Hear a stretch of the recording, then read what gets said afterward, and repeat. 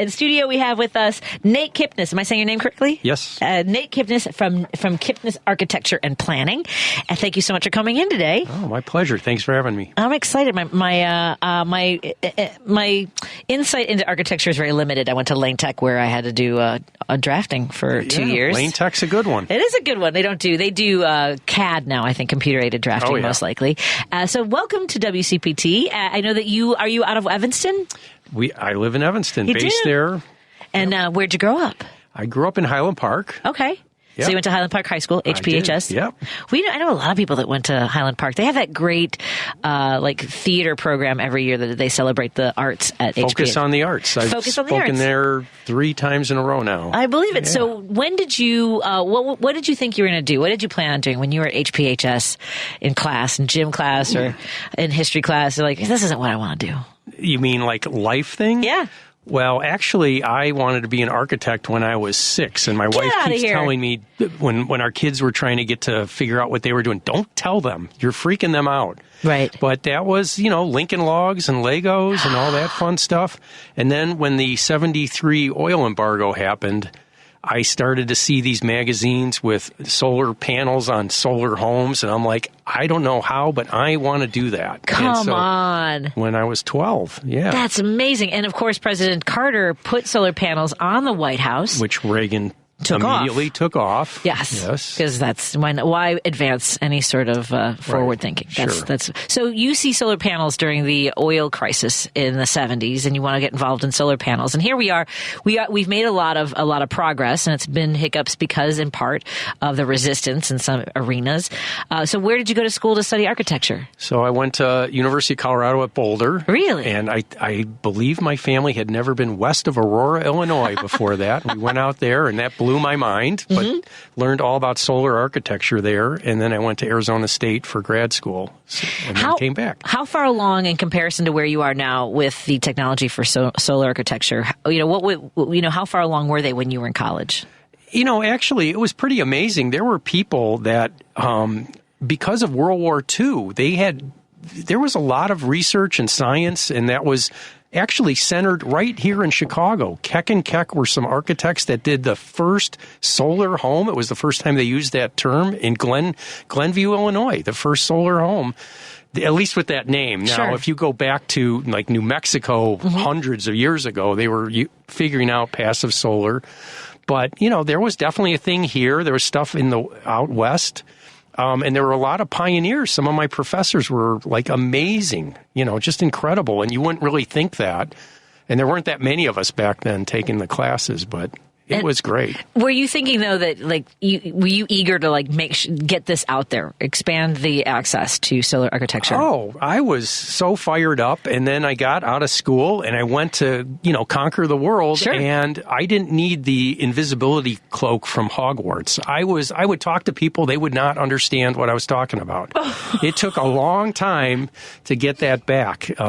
But I knew it back then, but now we're really doing it and doing it well. And wouldn't it have made a difference to have a leader of the country if we had maintained, just for the appearance of investing in solar technology? There is no question that the longer we keep waiting, the harder this is to correct. Right. And if we had done it, 30 years earlier, this would be a no-brainer. But people seem to only act when, their feet are on fire. Sure. Literally. Yeah, no kidding. Again, we talked about 60 degrees. 60 degrees in February. This is nuts. It really is. So solar architecture, because we think of the big solar panels on the top of the house. So architecture makes me think that this is a different, from the ground, from the foundation up, incorporates solar technology, right? From starting from scratch kind of a thing. So, yeah, the smart thing to do is you design with that in mind from the beginning. And we've done plenty of houses where we've done some really neat things, and they go, how did you make that happen? I go, because that was the first thing we thought about. Right. We're doing a house right now. We have an office also in Boulder, Colorado, and we're doing a house there for this guy, and every angle of the house is based on the equinoxes, the sunrise, sunset, noon sun, and, and people are like, how did you do that? I go, because that's how we start the design, at least in that particular house. And that just almost makes it sound elegant. Well, because it's also practical. It's not just the technology. I mean, if you look at the word architecture, it's art and technology. So there's the technology part and there's the art, and blending that is really the fun part of it. When you, I'm guessing your entire life has been like this, especially since you knew at 6 years old what you wanted to do. I mean, you look at every building. I mean, are you ever able to shut it off with like how you would have done that? Wow, that's amazing. I mean, what surprises you when you look at a building? Can you think of something that you've maybe traveled and been like, well, that's impressive? Well, every time I travel, I learn a lot. I mean, traveling is a key thing. If you're an architect and you don't travel, that's bad news. Sure. So I'm trying to think if there's any particular one. Because to your point, it's the same as being an artist. I mean, you have to, even just to get out of your comfort zone to see how... Well, you have to think different. Right. You have to think of things a little differently. And, you know, if I get bored, you really just have to take a deep breath and kind of look at it a different way. Yeah. And even like having the ability to hear people speak differently, eat different food. Oh, yeah. It feeds all of it. Well, you know, anytime we work on something, we look at the weather, we look at the materials that are available, and the culture. And all those things influence architecture tremendously. And so, you know, I was at school, like I said, at Arizona State, and I did my internship in Jerusalem. And that was wild to see a similar climate, but a completely different culture and how that impacted how they resolve things. Yeah, it is. I mean, I when I was in Mexico City, it is amazing how they have both incorporated. You see how when the Spaniards came in and they took over the native architecture to build it into their churches. I mean, you have every step of the way, and then even they have. I don't know if you're familiar with this three cultures point where there was the public housing. It's like one of the, right? It's one of the historic public housings. And there was a killing there. There was a protest and it's in front of this church and just kind of a remarkable place. Have you had a chance to visit Mexico City? We are just about to go. Are you really? Our niece is getting married in Mexico and in the summer and we're going to go. I have not been to Mexico City. I've been to Mexico a lot. But you're going to Mexico City? Yeah. Oh, okay. So I'll have to get a list. I'll send you some pictures too. Food and the culture, everything from the fancy restaurants to the, of course, the great street restaurants and hole-in-the-wall kind of places. It's amazing. Those are the best. And so with solar technology and the kind of, is it called, hold on a second, I'll make sure I get the passive, okay, tell me what a passive house is. So this is very different actually than what I learned. So when I was in school, it was more about designing for how the sun moved around, catching the low sun in the winter to heat things up, and in the summer the sun is high and you design shading structures. Passive house takes that into account, but really what it's doing is you have a very strict energy budget. You're only allowed so many thousands of BTUs per square foot per year, and it's very small. And you make a very efficient shape of a building. You correctly size it. You don't do a giant house, and you make it super tight, like almost airtight. And I know everyone's going, oh my God, how do you get air in there? And there's a mechanical fresh air system that's very efficient that brings it in a very controlled way. And then you insulate it a lot. And so a typical wall might be an R25 in a regular house. These are more like R60, R70. The roof, instead of R48, is more like 100. And when you say R... That's the heat resistance. Okay. So the higher the number, the slower the heat goes through it. Okay. And then the other key thing we do is if we want to decarbonize, well, then you don't let any carbon in. So it's all electric. And here in Illinois, we have a lot of renewable energy coming online. Every day we get more. Every day there's less CO2 in the grid. So we go all electric. And so this whole political discussion about cooktops, induction is the only way to go. It's faster, easier to clean, way more even. Right. Don't get me started. I know. I have a good friend who tells me that he loves his gas stove, and no one's taking your. First of all, no one's taking your gas stove. But the trick is, if you're doing a passive house, you cannot spew out 20,000 BTUs of natural gas emissions and particulates. You just can't do that in the house. It can't handle that. Right. Then the last thing that we do in a house like that, well, maybe not even the last thing, but solar panels. So we have on-site renewable, battery backup, and then electric car charging. So when you got all that going, that's a really good thing. And then the kind of the new thing is to look at the materials being used and to see how much you can decarbonize the materials. So some materials take a lot of petroleum and a lot of CO2 to make, like closed cell foam and things like that.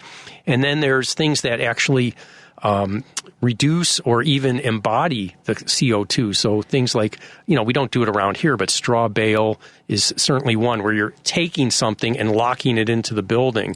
But there's a lot of wood fiber products that are being used for insulation and different materials like that. Wow. And so this is kind of the new frontier. That's our office is just getting into that. I've given lectures on it, but that's the new frontier. The new frontier. That's fantastic. Yeah. I love it. It seems like it's something that keeps exciting you. I mean, how magical to find what we're going to pursue in life at 6 years old. I pinch myself. I mean, I kind of wanted to do this and I did it. Yeah. I'm doing it. No joke. That's amazing. Fun. Absolutely amazing. We're talking to Nate Kipnis. He is it's your Kipnis Architecture and Planning? Yes. Do you have any family members that work with you, or is it all? No, just me. Just you. Just wondering. But no, we have an office, we have staff and everything, but no relatives. When did you open the office was opened in, let's see, April. It was almost Earth Day. It was April of '93. So it's been a long time. Yeah, so you're celebrating 30 years. Yeah. Is that right? We're coming up on our 31st in April. Oh, there you go. Well done. We're talking to Nate. See, it was April Fool's Day, so my past job, when I gave 2 weeks notice, I figured if I changed my mind, hey, I was just kidding. I was kidding. It was an April Fool's joke. Yeah. Did you have that kind of panic at all? Starting a business is a freaky thing. I had no work lined up, and in that 2-week period, I got a really cool project. That was like a fluke, But I'll take it. All right, yeah, absolutely. We're talking to Nate Kipnis. You can go to kipnisarch.com. That's for architecture. Kipnis Arch. Should I say Arch? Yeah, Arch. Or Arch. Arch, I know. It could be Arch. ARCH. Yeah. It probably makes more sense to say Arch. Kipnis Arch. You look like you're regretting. Arch, I guess. All right. Kipnisarch.com to find out more about the work that he does. We'll continue our conversation when we come back on WCPT 820 Heartland Signal and our friends listening on KTNF 950 AM, Minneapolis, St. Paul. More after this. Hey there, it's your guy, Warren Price from European and U.S. Collision Repair, a division of Technicraft Body Shops. We specialize in automobile and truck repair as well as normal automobile maintenance. With our highly skilled technicians and environmentally friendly materials, we strive for quality. Call 773-248-1200. That's 773-248-1200 or EuropeanUS.com. You're listening to Driving It Home with Patti Vasquez on WCPT 820.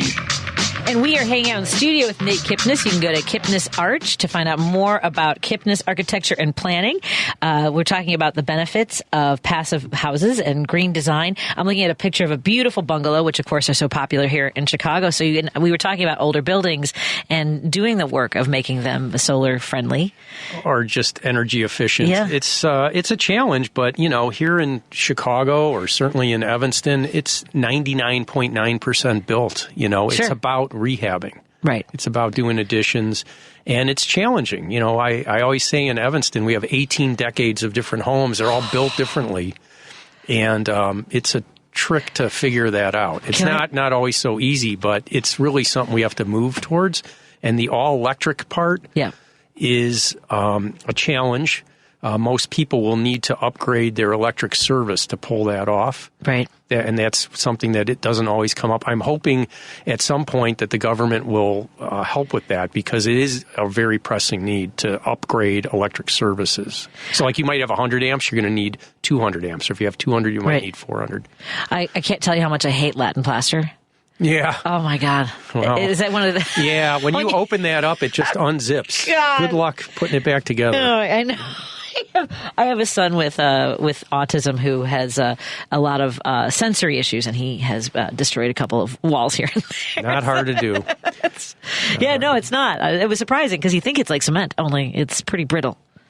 Yeah. Once it goes, it's tricky. Yeah. So I love that you work with houses. And so tell us a little bit about some of the missions that you have, because I know that I was looking at this, the AIA 2030 commitment. Oh. Tell us a little bit about that. Well, the AIA, the American Institute of Architects, there's about 95,000 architects that are part of that. That's not all the architects, but those are the ones that are members. And they, in 2006, got the word out that they wanted to get all architects to design to net zero by 2030, and they codified that in 2008. I was on the original committee in 2009. And then I was the national co-chair from 2018 to 19. And so what it's doing is there's a baseline energy use for every type of building, and it's based on 2003, whatever. But we want to be 50% better many years ago, and then every 5 years we get 10% better. So right now we're supposed to be 80% better than baseline, which is difficult. Our office, we just did the analysis for this year, so we hit that, which we've only hit a couple times, and we're very proud of that. So our average is 80% better than baseline. There were about 20 firms last year in the country that did that. So this year we're one of them. I don't know how many are going to be on it. I think more than 20. Nice. But then in 2025, it jumps to 90% better. And then at 2030, it's 100%. So basically, it's pushing us to go to something like Passive House, if not exactly Passive House. It's really the only way you're going to accomplish that. You can do that with existing homes. It's not easy. It's a real challenge, but that's why, it came from the 2030 challenge, and there's a reason it's called that. It's very difficult. The reason I jumped was I was like, I should probably check and see if any of our listeners have questions for you.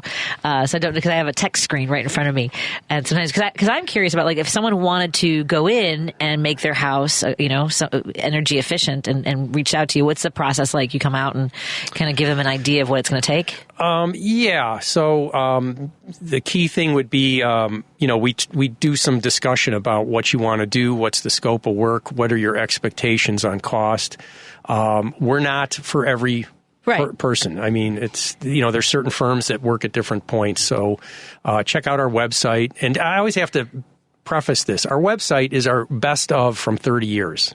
Nice. So, Sure. We do a range of work, but just keep that in mind. And so be flexible on what your expectations are. And if you also want, you can call the American Institute of Architects in Chicago, or you look on their website, they have Find an Architect. Okay. So you can track down, you can click on residential, you can click on some other things, and it'll give you a good list, and you can go through that as well. I know. I have a house lost. Looking at some of these buildings, there's my dream, more when I was younger than now. I've always wanted to get a building, an industrial building that's been sitting vacant for years. Oh, and cool. Those are just like that big open space. That's like my office. Is it? We're in an old stamp factory where they metal stamps. This is what I'm talking about. Right in Evanston. Yeah. There's a theater in Three Oaks in Michigan. Sure. That used to be like a corset factory that's been turned. I love stuff like that. Well, they typically have really high ceilings. Yes. And the proportion, the windows are big, and with a lot of light sometimes. Yeah.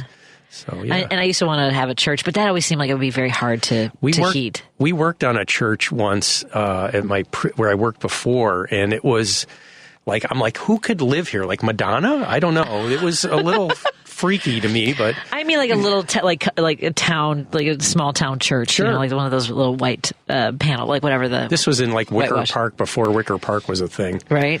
It is funny when I see people who've remodeled their, especially if it's a bungalow.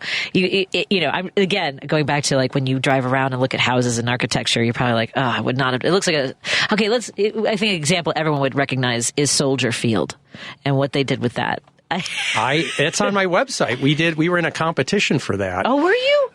Yeah. I don't know if it's still on there. Maybe it's not. But a long time ago, they had a competition. The Chicago AIA put it on, I think. And we re-envisioned it as a bunch of townhouses, like an Italian village. Oh. And then the field would be common public space, and you just kind of watch everyone playing down there. Well, it sounds better than a spaceship that landed on it. Because that's when the Bears were looking to move to Arlington Heights back in the 80s. And now here we are again. Yeah. What is happening? What comes around goes around. I'm looking for Kipnis. I couldn't find it fast on your website, but I'm looking to see if a bear design. I don't know. It might be available somewhere online. Maybe. Oh no, bears! I got a bunch of tattoos. That's not what I was looking for. No, I'm tattoo free. So. Soldier Field. Yeah, that's so. That's one of the things things where, like, when someone does a bungalow and then they want to bump out the roof and, put an addition on, I'm like, it's like stucco and brick, and I'm like, Sometimes. There's the Chicago Bungalow Association has some really nice guidelines, like don't make the addition go to the front and ruin the whole thing. Yes. Set it back so the roof, you have the hip roof coming around, right, and then it goes to there. They call it popping the top if you don't do it right. So yeah, that makes sense. That makes a lot of sense. What do you want folks to know? Like when you sit down, if you think about having an interview like this, and you think, I want to make sure I say this and that people know this about passive housing. Well, passive house is just one thing we do. Right. It's no matter what we're doing, it's about sustainability and resilient design. So that's the key thing. Resilient design is the ability of a structure, in this case a house, to handle crazy stuff going on. So that would be high winds, heavy rains. Look what just happened out west. Floods, power outages, and then when we do work out in Boulder, in that area, fires and things like that. Each area's got its own things. If you're on the coast, you got high, water levels.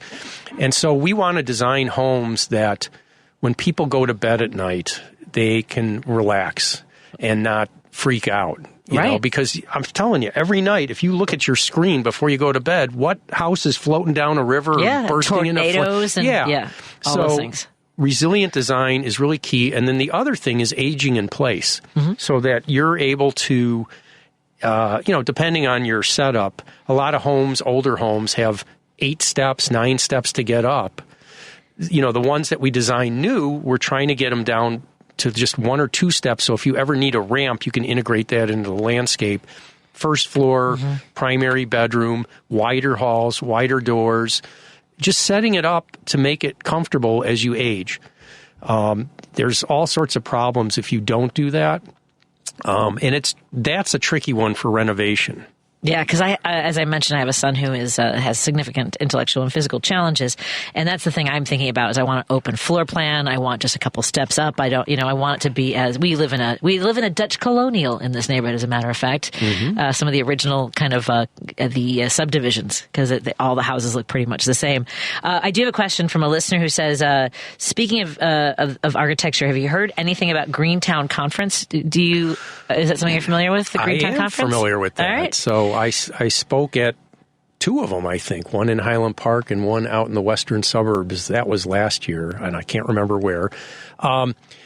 There's, there are so many things going on with sustainability conferences and fairs or whatever you want to call it, where they have exhibitors showing stuff. I think it's really fascinating to go to see those. Yeah, absolutely. And it inspires you to think of how you can do things differently. Yep. That's what it's all about. Yep. I am so thrilled to meet you. I don't know if you want to hang out and meet Sam, who's going to tell us about Sam's Fresh Salsa. I met him out there. Yeah, it sounds amazing. He does some great work. You're welcome to hang out. I don't know if your wife is itching to go, but I'm not kicking you out. I'm we're coming to a pause. Nice. And again, it's the website is, I had it a second ago, it's Kipnis Arch. Kipnis Arch, that's K-I-P-I-N. No. K-I-P-N-I-S-A-R-C-H. Nice. Yes. I added an I. Don't listen to Kipnis. Right. Like Kitness, but with a P. And one less S. Now I'm screwing everybody up, Nate. Yeah. It's my fault. More in a moment on WCPT 820 Heartland.